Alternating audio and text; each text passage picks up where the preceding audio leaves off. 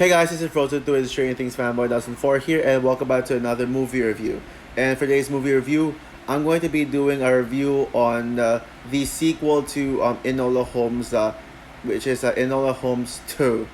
So Enola Holmes 2 is directed by Harry Bradbeer, stars Millie Bobby Brown, Henry Cavill, David Thewlis, Helena Bonham Carter, and a special appearance from Hamish Patel. He's actually a cameo character, but I will not give away what character he plays. So now I know I didn't really get a chance to review the first film. I wanted to review Enola Holmes 1, but unfortunately I didn't really have the time to review it. But before I get into Enola Holmes 2, I'm going to be review. I'll give my quick thoughts on Enola Holmes. Enola Holmes is such an awesome movie. I really dug Enola Holmes. I know the movie is pretty divisive. There are some people who absolutely love it and say it's a blast, and then there is some who doesn't like it. I mostly hear them complain about saying that Enola Holmes is annoying and yeah, and all that stuff. But honestly, I don't think Enola Holmes is annoying at all. I just think the movie was a blast. And also, I gotta say, Enola Holmes is the best Holmes movie. Move aside, move aside Robert Downey Jr. Sherlock Holmes. Don't get me wrong, it's not as good as the Benedict Cumberbatch Sherlock Holmes. That's the probably the best thing to come out of the franchise. But Enola Holmes is the best in the movies, and it is way better than that the awful Sherlock Holmes. Ugh. Yeah, Millie Bobby Brown is perfect in this. And and the movie does perfectly capture fourth wall breaking jokes. Yeah, take notes, She Hulk, and yeah, it's just so much fun to start to finish, and it just gets better as the movie progresses. Although I do think the villain was forgettable, and I thought Henry Cavill was a bland Sherlock Holmes, but other than that, yeah, I love the first movie, and I would say it's a 9 out of 10. Yeah, and but yeah, I was really pumped for the sequel as well, since of course I really wanted more sequels to Enola Holmes. Enola Holmes, the ending of Enola Holmes did set up a sequel to set up this sequel to happen, and it actually did, and I was actually impressed by the trailers. I thought it actually looked better than the first movie, so I was really excited for it. And although I didn't really watch it exactly when it came out, that's because of the new Sasek movie Dear Zoe. Yeah, which Dear Zoe is phenomenal. I actually might think about making it my putting it as my favorite movie of the year, but I should rewatch it first. But yeah, I actually love how I love how both Millie Bobby Brown and Sasek came out. Like both movies from starring Millie Bobby Brown and Sasek came out in the same year. I'm more of a Sasek fan, so of course I had to check out Dear Zoe first. But now, and yes, I after seeing Enola Holmes for myself, I gotta say that was an absolute blast. Enola Holmes 2 is even better than the first movie, I should say. Yeah, I really dug this movie. Now it's kind of sad that no one's talking about this. I mean, I've heard one of my classmates talked about it. In his or her it's technically a her in her Discord status. He was like she was mentioning this movie. Even though I didn't get to talk to her about it. And then I didn't see much movie reviews from it. The only critic who reviewed this movie was Austin Burke, and yeah. But it's kind of sad that no one's talking about this, considering that many people talk about the first Enola Holmes. But I gotta say, thankfully, this movie did not receive any controversy. I mean, the reviews are split as to whether people consider this a better than the first or not. I've heard some people say it's not as good as the first movie, and yeah, this movie received a 93% on Rotten Tomatoes. Thank God it got raved. I'm happy for this movie. And it yeah and yeah, it got 90%, while Enola Holmes 1 got a 91%, so it's just slightly higher, but rather on par with the first movie.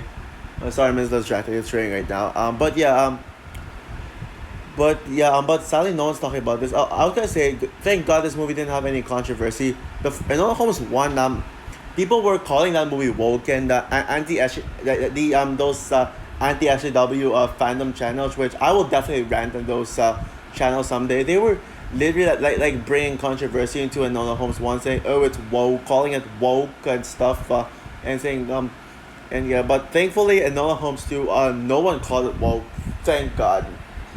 But yeah, and so yeah, Enola Holmes 2 is better than the first in my opinion. So yeah, let's start talk about what makes this movie better. I mean, first of all, this movie absolutely.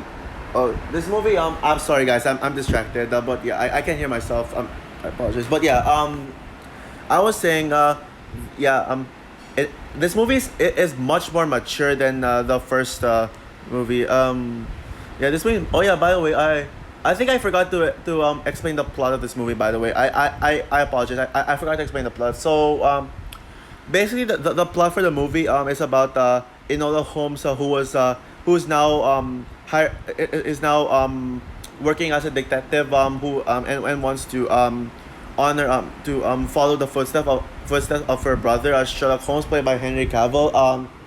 But no one wanted to work with Enola Holmes because, well, Enola Holmes is a girl, and well, no one wanted to, and they didn't really trust her.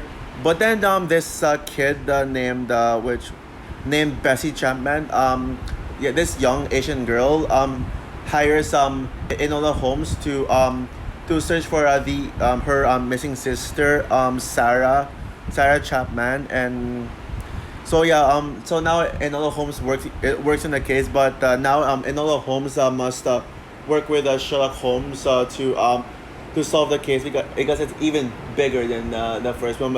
It's a much bigger case, and one that makes the movie more mature. By the way, fun fact: this movie is actually based on true events. Yeah, yeah, they actually did that. I mean, the first Enola Holmes was actually a fictional mystery.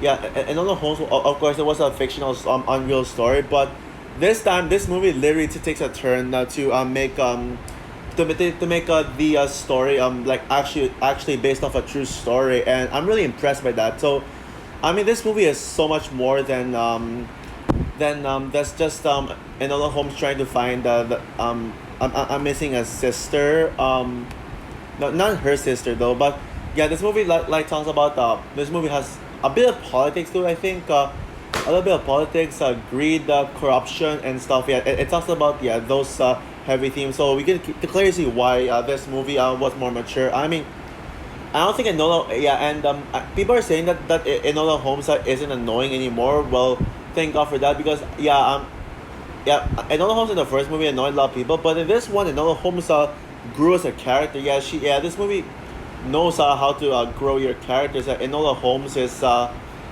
great. And Sherlock Holmes, I gotta say, as someone who wasn't a fan of Henry Cavill's portrayal of Sherlock Holmes, I think I might have been a little too harsh on Henry Cavill's Sherlock Holmes. I'm starting to get used to him. I just wasn't really used to the casting decisions of Henry Cavill as Sherlock Holmes, but now I think he's actually a great Sherlock Holmes. And I think they were able to give him the spotlight, just as much equal spotlight as Enola Holmes. And yeah, but yeah, and yeah, the performances are absolutely amazing. Yeah, and Millie Bobby Brown's performance in this was even better than she was in the first movie. Henry Cavill, I like we said, I was wrong. Bashing Henry Cavill's performance as Sherlock Holmes in the first movie. I think he's great, and David Thewlis as the villain of the movie. Wow, he was such a great villain. I actually defend Ares as a villain. I think he did an amazing job playing Ares from Wonder Woman. Now he's playing another villain who I think is just as excellent as him as Ares. And yeah, hold on. And I love the smaller. And while the mother barely gets any screen time, yeah, I mean, she was able to steal the spotlight in probably my favorite scene in the movie. My favorite scene in the whole movie was this chase scene, this horse and carriage chase scene, and the mother wasn't involved in that scene, which yeah, I just said it is my favorite scene in the entire movie. And this movie is so action packed. Yeah, there are so many action scenes to be found here. And yeah, pretty intense too. Yeah, and yeah, the soundtrack, the score in this movie is very like. Now I don't really remember how the score in the first movie was like. I mean, the score is something that I would get attracted to, but the score in this one, I love the score here. It absolutely raises the stakes to be like a lot higher. Yeah, the stakes or yeah, the stakes were a lot higher. And and I just love it. Now, however, yes, I do have some criticisms here. This movie, first of all, yeah, this movie has a little too much. I mean, yeah, first of all, I think this movie was a bit too long. I mean, I did feel the runtime. I mean, the first movie kind of had a pretty perfectly balanced runtime. Yeah, but this one is a now I don't have a problem with the runtime, like, but I just the problem is that there were like some scenes that kind of dragged on for too long just to force the runtime to be longer. Like for example, the ball scene, like I was bored. I actually was bored in that scene in the ball scene. It was a bit far too long. And yeah, so I mean, I would have been okay with the runtime if only they had more things to do instead of just wasting the wasting the time on meandering in some scenes. And also, I feel like the third act was a little too much. I mean, as much as I love the final battle and in the climax, yeah, with the such a satisfying epic final battle, and especially that epic scene with that showcases girl power, showcases that girls that women can do anything, and they shouldn't like let men control them, control like what they want to do. That was an uplifting moment, by the way, with Enola Holmes, Sarah, and the other one, like, I keep forgetting the name, and Bessie leading the girls to step away from the boys. That was such an awesome girl power moment. But I think the problem is that it was overstuffed with a little too much villains. I mean David Flores was perfect enough as a single villain, but then there were far too much antagonists besides him. But yeah, also by the way, I forgot to mention the action. It is brutal as well. I mean, there was one brutal scene in the final battle. And I was like, wow. I mean, I was shocked that they would actually pull something like that off, and you can actually see blood. Like this character being hit, and then blood comes out and from the head. Thankfully, that character did not die. But I would just say, if they killed off this character, then I would have been like disappointed with this movie. I wouldn't have liked this movie if they went for that decision. It could have ruined this movie. But again, I'm not gonna give away any spoilers. But yeah, and there was so much girl power here. Yeah, there was so much. Yes, so yeah. And yeah, the post credit scene. There's a post credit scene. But I would just say, get yourself excited for Enola Holmes 3, people, because it surely has potential to be like the best in them all. And yeah, Enola Holmes 3 could actually be a proper Sherlock Holmes movie. Based on what people are saying, they're saying it could be a proper Sherlock Holmes movie. So yeah. So overall, Enola Holmes 2 is even better than the first movie. It has a much more mature story. It's a lot more action packed. All the characters have grown for the most part. And it's just a blast from start to finish. I had so much fun watching this. And I strongly recommend this movie. Of course, well, I recommend Enola Holmes 1 as well, but trust me when I say Enola Holmes 2 is superior to the first film. And even if with my minor issues, I still like dug this movie. So yeah, and with that said, I'm gonna give Enola Holmes 2 a 9.5 out of 10. Wish I gave that 10 out of 10, but yeah, it's not 10 out of 10 worthy in my book. Since there were some things that kept it away. So yeah, what's your opinion on Enola Holmes 2? Do you agree with me that this is better than the first film, or do you agree that do you think that Enola Holmes 1 is better? Comment down below, like, subscribe, hit the notification bell, and stay tuned for my review of the underrated Gem Knights Eternals for its 1 year anniversary. So yeah, bye guys.